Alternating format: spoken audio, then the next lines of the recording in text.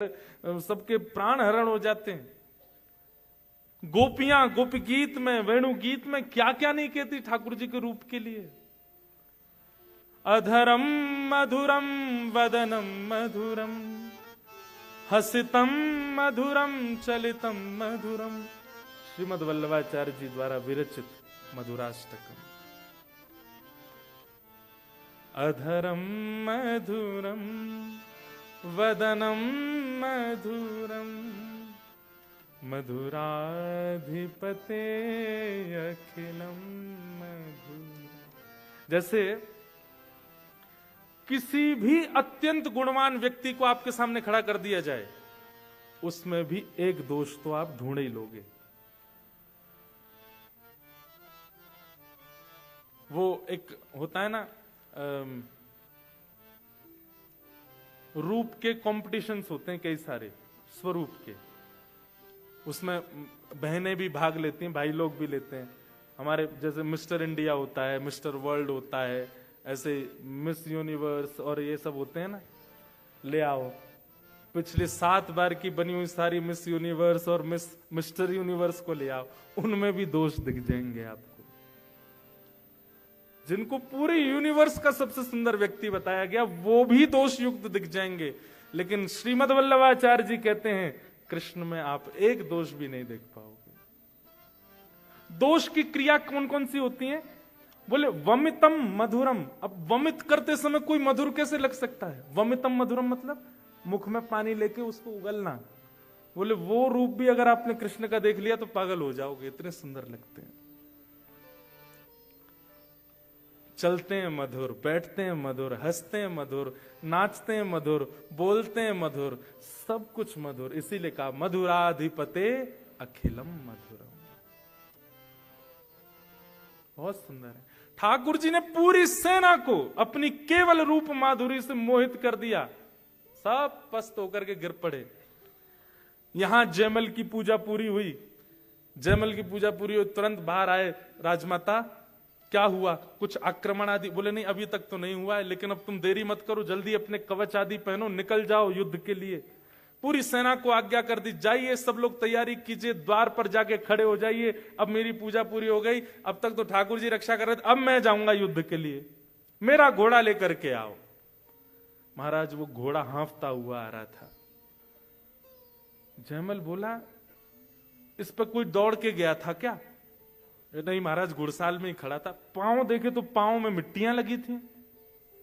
बोले कोई तो गया, अब इतना सोचने का समय नहीं है, इस पर बैठो। जैसे ही बैठा, कस्तूरी की ऐसी अद्भुत सुगंध उस घोड़े में से आ रही है। उसको संकेत तो हो रहा था कुछ तो अलग है।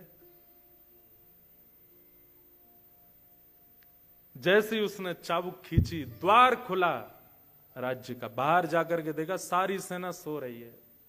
दूर दूर तक सारे सैनिक पड़े हुए, लेटे हुए हैं, कोई भी युद्ध के लिए नहीं खड़ा है। जयमल बोला ये क्या हुआ है? पूरी सेना देख करके आश्चर्यचकित बोले हमें नहीं पता महाराज। सबको देखा तो कोई मरा नहीं है, सब लोग पड़े हैं बस, हाँ हाँ अपने हृदय पर रख करके, मानो जैसे किसी पीड़ा में कोई पीड़ित रोता है, ऐसे सब रो रहे हैं। जयमल सबके पास घूमता हुआ जैसे मुख्य राजा के पास गया, उसको देखा तो वह भी बस अपने हृदय पर हाथ रख करके, नेत्रों से अश्रुपात हो रहे हैं, पूरा शरीर कांप रहा है। जयमल अपने घोड़े से उतर करके गया, उसके मुख पर जल डाला। ए भाई, तुम युद्ध करने के लिए आए थे और युद्ध तो किया नहीं, ये तुम्हारी स्थिति क्या हो गई? क्या क्या बात है?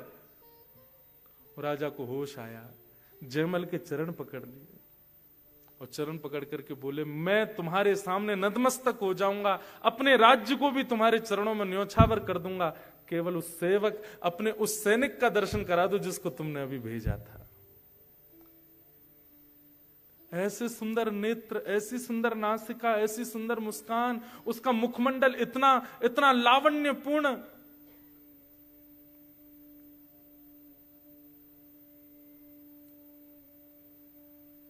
थोड़ी देर में जयमल राजा देखता है कि पूरी सेना रो रही है और राजा के आगे हाथ जोड़ करके भीख मांग रही है कि एक बार उस सैनिक का दर्शन करा दो जिसको तुमने भेजा था।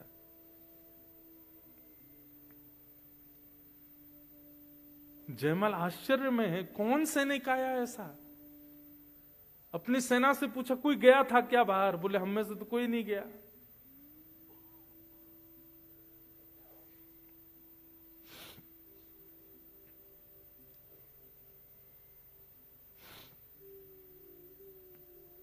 पूछने लगा कुछ तो बताओ, भेष कैसा था, श्रृंगार कैसा था, आकृति कैसी थी?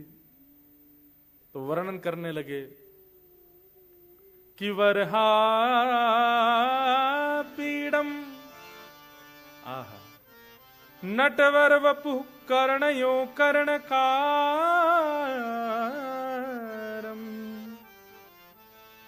बोले सैनिक तो धनुष बाण लेकर के चलते हैं, पर उसके धनुष बाण तो तस्कर में ही रखे थे, धनुष लटका ही हुआ था। दूर से ही घोड़े पर बैठ करके आया, नेत्र चलाता हुआ, मधुर मुस्कान करता हुआ, सांवरा सलोना स्वरूप, और उसने जो मुकुट पहना था उस पर भी मोर पिछ लगा हुआ था, अद्भुत पीतांबरी थी। और सुनो, घोड़ा यही था जिस पे तुम बैठ के आए हो। ये सुनते ही राजा को कस्तूरी की सुगंध, घोड़े का हांफना, उसके पैरों में मिट्टी लगी होना और इन लोगों की मनोदशा होना, ठाकुर जी जैसा सैनिक का स्वरूप बताना, कोई और संशय नहीं आया। दौड़ करके गया और अपने निज सेवा के ठाकुर जी को जाकर के जैसे ही देखा, सेवा के ठाकुर जी तो वैसे ही खड़े थे जैसी उसने सेवा करी थी, लेकिन पीछे जाकर के देखा तो तस्कर में बाण रखे हैं और धनुष भी रखा है। जयमल समझ गया, बोले जितनी देर में सेवा में था ठाकुर जी गए थे और ठाकुर जी जाकर के पूरे युद्ध को संभाल के आए। ये है पाद सेवन, आपकी अर्चन भक्ति। हम लोगों का कितना बड़ा सौभाग्य है कि ठाकुर वृंदावन से चल के, नाथद्वारा से चल के, जयपुर से चल के, जहां भी ठाकुर की विग्रह निर्माण होते हैं, हम सबके साथ चल के नैरोबी आ गए, अफ्रीका में आ गए, केनिया में आकर के हमारे घरों में बैठे हैं, और तब भी हम उनसे सचल का दर्शन नहीं कर पा रहे उनमें। ये कितना बड़ा दुर्भाग्य है हमारा। हमको फिर भी ठाकुर जी अभी भी पाषाण ही बने हुए हैं। ये चौथी भक्ति है, पाद सेवन। और पाद सेवन करने वाले व्यक्ति का एक ही उद्देश्य होना चाहिए कि मेरे ठाकुर जैसे मेरे पास आए हैं इससे विपरीत अवस्था में आ जाएं, मेरी भक्ति से, मेरे भजन से, मेरी सेवा से। एक बार मैं अपने ठाकुर जी के साथ ऑस्ट्रेलिया कनाडा कहीं जा रहा था, तो हमारे लाल जी और मैं, और कोई नहीं था साथ में। तो रात्रि का समय, तो ठाकुर जी गोद में थे, तो मैंने ऐसे खोल के देखा, थोड़ी देर बातचीत जैसी चल रही थी। ठाकुर जी आप बड़ी कृपा करते हुए, इतने वैष्णवों को कथा सुनवाते रहते हो हमसे। अचानक बात करते करते मन में भाव आया, मैंने ठाकुर जी अब जब से आप आए हो यूं ही खड़े हो, मैंने आज एक काम करो, कोई देख नहीं रहा है यहाँ पे, दूर दूर तक कोई नहीं, मैं और आप हैं बस, एक बार नेक हाथ नीचे करके दिखा दो।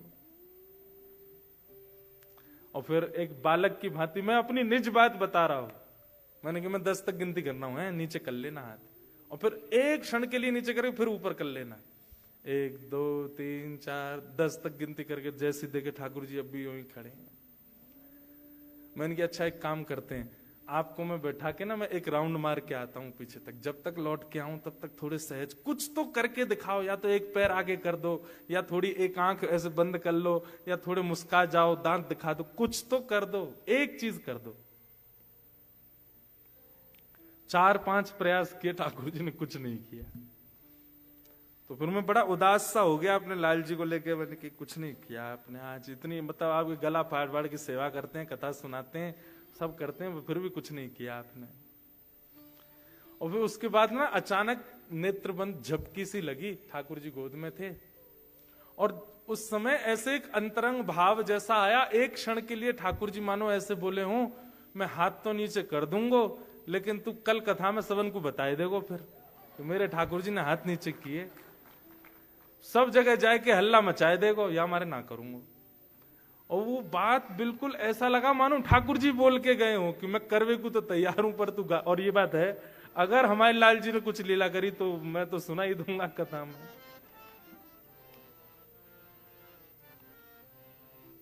भैया ठाकुर जी सेवा में आए हैं, आपसे सेवा करा रहे हैं, और उस सेवा को सौभाग्य मान करके आपका आज से एक ही उद्देश्य होना चाहिए, हम अगली साल फिर आएंगे नायरोबी।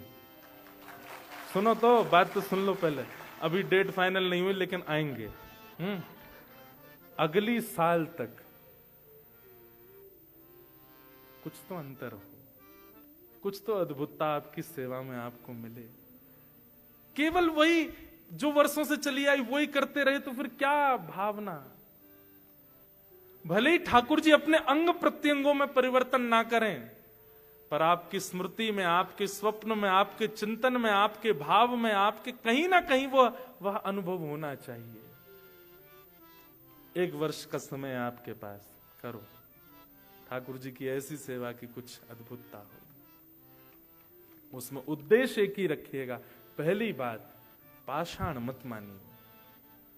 ठाकुर जी पाषाण नहीं है, वो साक्षात ठाकुर जी। हमारे ब्रज की एक कथा है, एक महात्मा गए और अपने झोला रख के और यमुना स्नान करने लगे तो दो माताएं, ब्रज की माताएं, भोली भाली माताएं, भोले तो होती हैं। अच्छा, अर्चक सेवा में एक चीज और, आप जितने चतुर बन के सेवा करोगे उतनी सेवा में आपसे त्रुटियां होती रहेंगी। सेवा तो आप बड़े सौम्य होकर के, भोले होकर के, जैसे सेवा में एक नियम होता है कि हाथों में इत्र लगाओ, इत्र के बाद स्पर्श करो, हाथ धोकर के स्पर्श करो, अच्छे वस्त्र में स्पर्श, ये तो बाह्य रूप है, लेकिन हृदय भी बहुत कोमल बनाओ। ठाकुर जी को कहीं श्रम ना हो जाए आपके स्पर्श से, उसके लिए बहुत भोले हो जाओ, बहुत सीधे, प्रसन्नता में ठाकुर जी के आगे जाओ, बिल्कुल भी उदासी आपके मुखमंडल पर नहीं होनी चाहिए। बहुत सेवा के बड़े नियम हैं, लेकिन ये मैं बताऊं वही पालन नहीं करने हैं। आप केवल ठाकुर जी को चैतन्य मान लीजिए, अपने आप आपके पास भाव आते जाएंगे और आप करते जाओगे। तो दोनों माताएं जा रही थी जल भर के, तो एक ने दूसरी से कही, हेरी तो पता है, देख महात्मा जमुना जी स्नान कर रो, जाको झोला यहीं रखो कोने पे। ब्रजवासा समझ रहे हैं? समझ रहे हैं? जो समझ रहे हैं वो न समझने वालों को बता देना। हाँ भैया, ब्रजभाषा बहुत प्यारी भाषा, हम तो हमारे लाल जी की भाषा यही में बोलेंगे। तो एक गोपी दूसरी तो बोली, यानी तो पतो देख महात्मा स्नान कर रहा है जमुना जी में, और जाको झोला धरो किनारे पे। मैंने सुनिए ये महात्मान के झोला में ही भगवान बैठे रहे। तो एक बोली, अरे सखी मो दर्शन करा दे। चल तो कराऊं दर्शन। महात्माओं को झोला में यही सब होता है, जैसे झोला खोल करके निकाली, करताल निकल आई, माला निकल आई, कुछ ग्रंथ निकल आए, कुछ भेंट दक्षिणा निकल आई। एक छोटा सा एक डिब्बा था, वो डिब्बा निकालो, जैसे डिब्बा खोलो तो वहां में ऐसे लड्डू गोपाल बैठे थे। तो पहली सखी ने खोली, देख देख देख जे बैठे भगवान। तो दूसरी इतनी भोली, वो कहा बोली, अरे या बाबा निष्ठुर ने डब्बा में भगवान धर दिए, ठाकुर जी के हाथ पांव टेढ़े है गए और लड्डू गोपाल नहीं देख रहे। वो कह रही है ठाकुर जी के हाथ पांव टेढ़े है गए, डिब्बा में धरवे थे। सुन, ये ठाकुर जी बाहर निकाल, मुंह पे घी धरो, मैं इनकी मालिश करूं, हाथ पांव सीधे करूं। और वो मालिश निकाल के लड्डू गोपाल जी के पांव दबा रही है। ए बाबा, अरे बाबा जन कौन से नरक में जाएगो, ठाकुर जी के हाथ पांव टेढ़े कर दिए तेने। और ऐसे कर करके, अरे लाला सीधो है जा, अरे लाला सीधो, अरे गोपाल सीधो है जा। उस सहज सी, अनपढ़ सी, गवार सी उस गोपी के जरा से घी के लेपन से लड्डू गोपाल के हाथ पांव सीधे हो गए। और सीधे जैसे ही भय दोनों, अरे देख कैसा सुंदर है, सीधा है गो ठाकुर, जय हो, ले तू प्रणाम कर ले। इतने में बाबा निकल गए, क्या कर रही हो? तो तुरंत ठाकुर जी यथावत रख के और डिब्बा डिब्बा बंद करके भागी। महात्मा दौड़े दौड़े आए तो देखा सब सामग्री बाहर पड़ी है, डिब्बा आधा सा खुला रखा है, बंद नहीं हो रहा था क्योंकि ठाकुर जी सीधे हो गए। महात्मा ने सब सामग्री रखी, ठाकुर जी को डिब्बा उठा करके जैसे ही खोल के देखा तो ठाकुर जी सीधे खड़े। ये देख करके वो महात्मा आश्चर्यचकित हो गए, ये कैसे हो सकता है? मैं 40 वर्षों से लड्डू गोपाल की सेवा कर रहा हूं, ये हाथ पांव सीधे कैसे हो गए इनके? दूर खड़ी थी दोनों, नतमस्तक हो गए, प्रणाम किया उनको जाकर के। 40 वर्षों से अप्रश्न सेवा, महंगे से महंगे इत्र लगा करके, चंदन घिस करके, वेद मंत्र सुना के, पाठ सुना करके, कथाएं सुना करके, यमुना गंगा जल सब में स्नान कराया। ठाकुर जी ने कभी अनुभव नहीं कराया। तुमने ऐसा क्या किया कि ठाकुर जी सीधे है गए? वो सीधे है गए मतलब, बाबा तू बड़ा निष्ठुर है, तेने वह डिब्बा में धर दिए ठाकुर जी, तो हमें तो लगी डिब्बा के कारण ठाकुर जी ने हाथ पांव ऐसे कर लिए।